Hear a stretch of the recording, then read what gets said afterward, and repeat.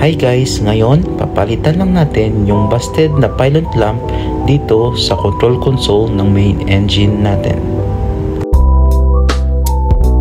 Naitanggal ko na yung frame at saka yung cover. Pagkatapos ay gamitin ang lamp puller upang itulak at paikutin ang lumang bulb pakaliwa.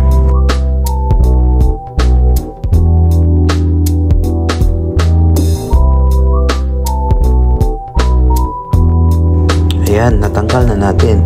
Yung lamp pala nito, ang kanyang voltahe ay 28 volts at meron siyang amperahe na 40 milliampere.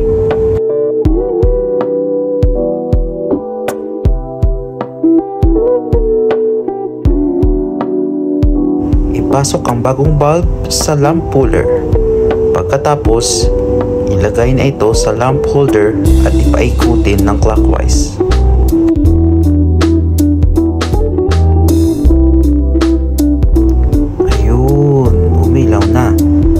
Pagkatapos ay snap lang ang lens assembly sa lugar.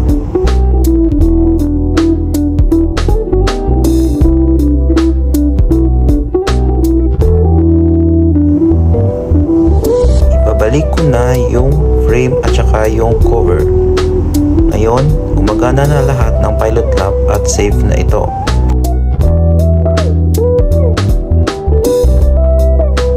Yun lang po. Thanks for watching.